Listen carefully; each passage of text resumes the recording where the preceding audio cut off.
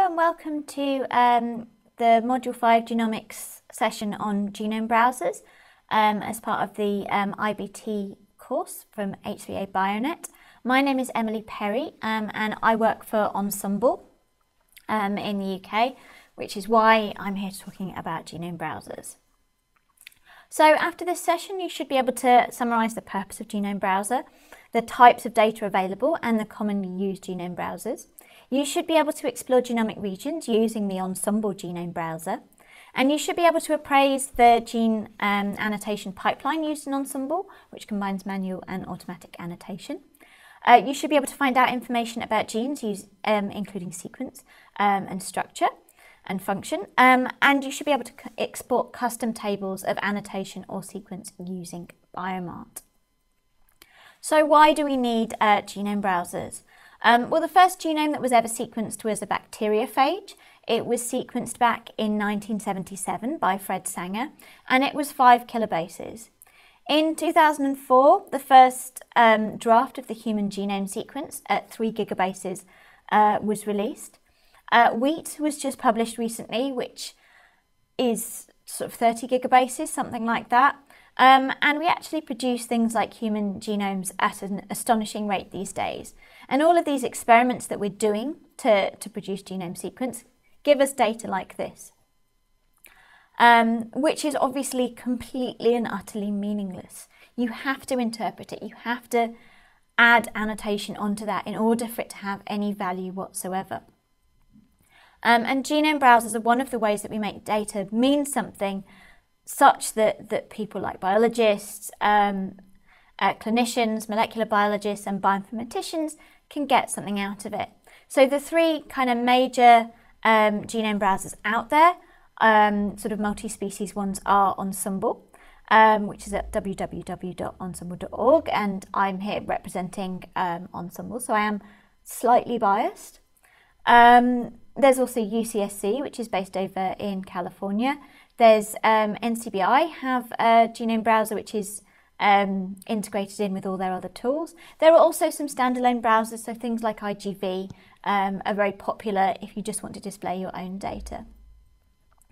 Ensembl has lots and lots of features, so we have what we call gene builds, and I will talk about this in a later video, which basically plot genes onto the genomes, and we have these for over 100 species now. We have gene trees, so all of the genes that we have, we compare them to each other in a pairwise fashion. And from this we infer the orthologs and the paralogs. We also have a regulatory build which incorporates data from sources such as ENCODE to predict where things like promoters and enhancers are in the genomes. We have ways to display variation data, and a tool to interpret your own variation data called the VEP. And I have a session next week where I will talk a bit about these topics. We allow you to display your own data. We have a tool called Biomart for data export, which we will have a look at today. We have APIs, which allow programmatic access. We have a Perl API and a REST API, and we are completely open source, so all of our code, all of our software is free and open for anybody to use however they like.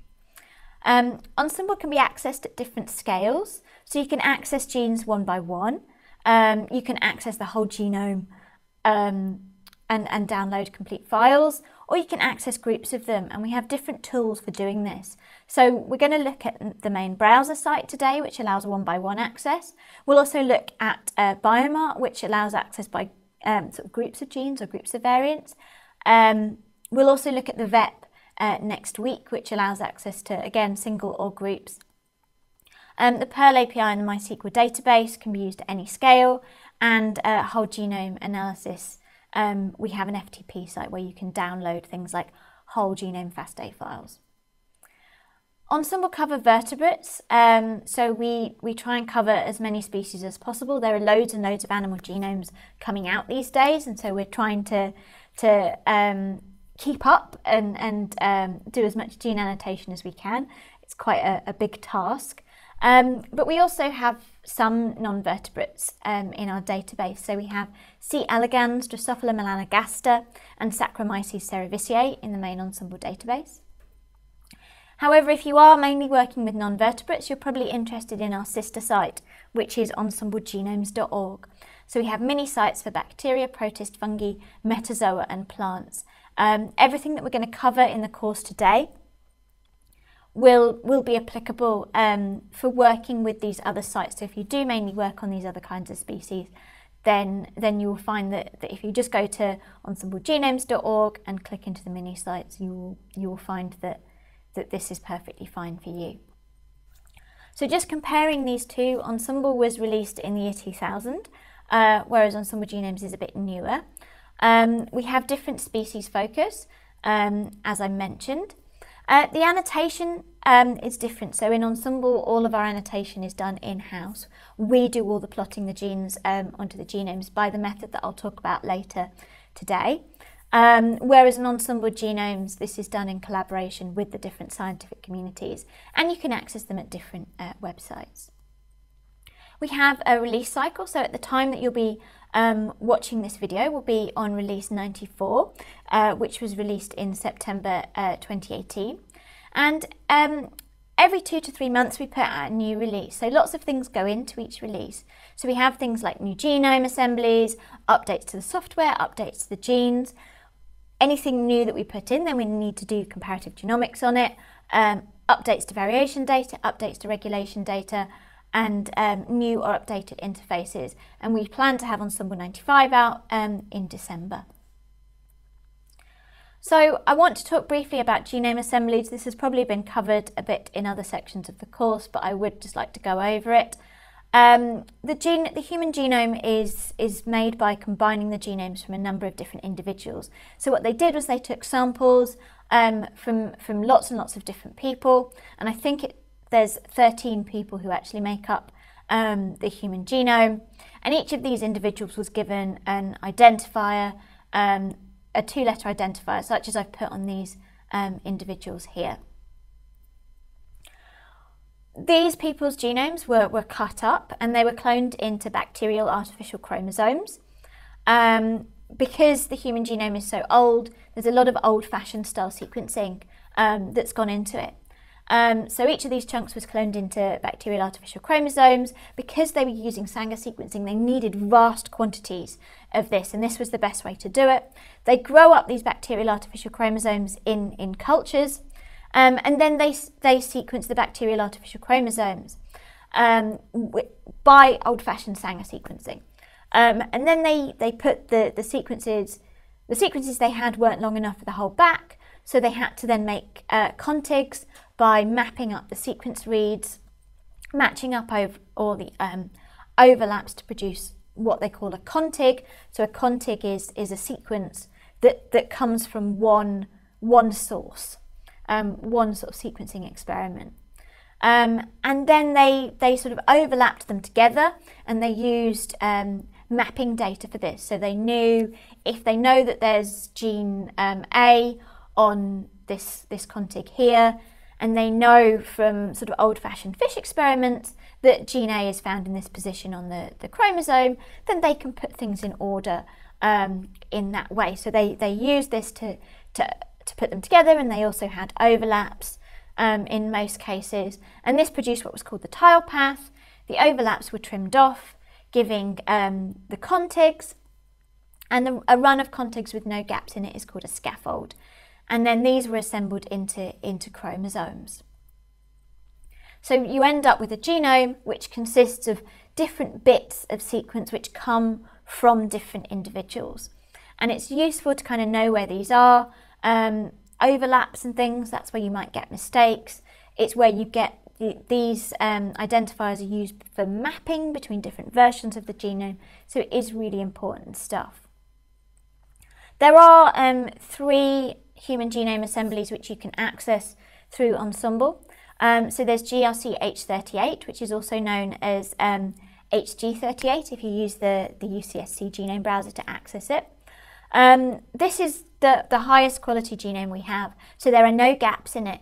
And one of the really important things they did when they made GRC-H38 is they replaced rare and private alleles. So because the genome was made by getting sequence from real people, those real people had rare alleles, they had private alleles, and one of the things they started to do was get rid of these and put in the major allele at each locus.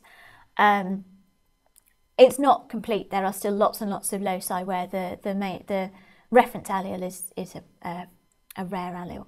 And you can access GRCH38 by going to www.ensemble.org. And this is the most up-to-date database. It is regularly updated with software updates, with data updates, and it is well supported.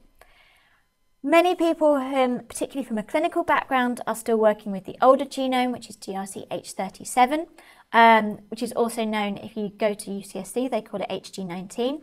This does have a small number of gaps. It has 250 gaps. And it has a lot more rare and private alleles. You can find this if you go to grch37.ensemble.org. You will find that there is limited data and software updates on this. It is not going to be as up to date as the GRCH38 browser.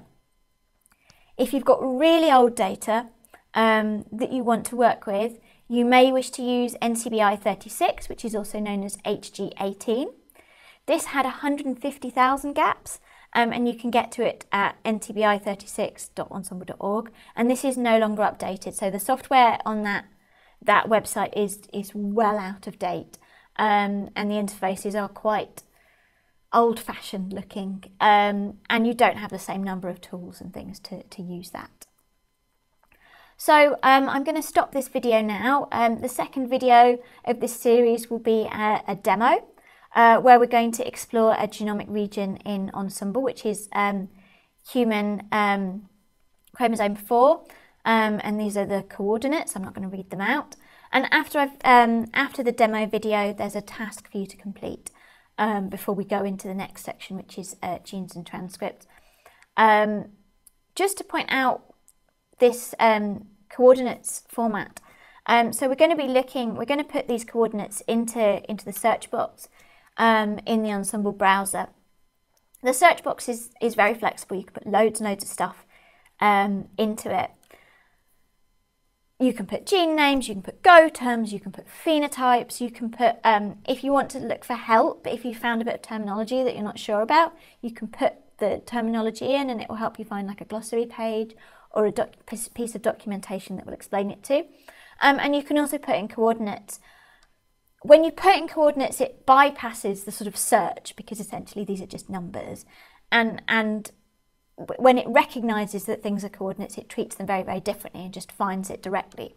In order to do this, you have to ensure that your formatting is correct. So in this case, the format is the species. And I'll show you when we get to the demo, you can either put this text in or you can use the drop down. A space. And then we have the chromosome number. There's no CHR preface or anything like that. It's just the number. A colon. And then the start coordinates, a dash, followed by the end coordinates. And you'll notice that in this bit of numbers here, there's no spaces. So the only space is between the species and the coordinates themselves. There's no space between the chromosome number and the coordinates, and there's no space between the coordinates. And it's really important that you get that right.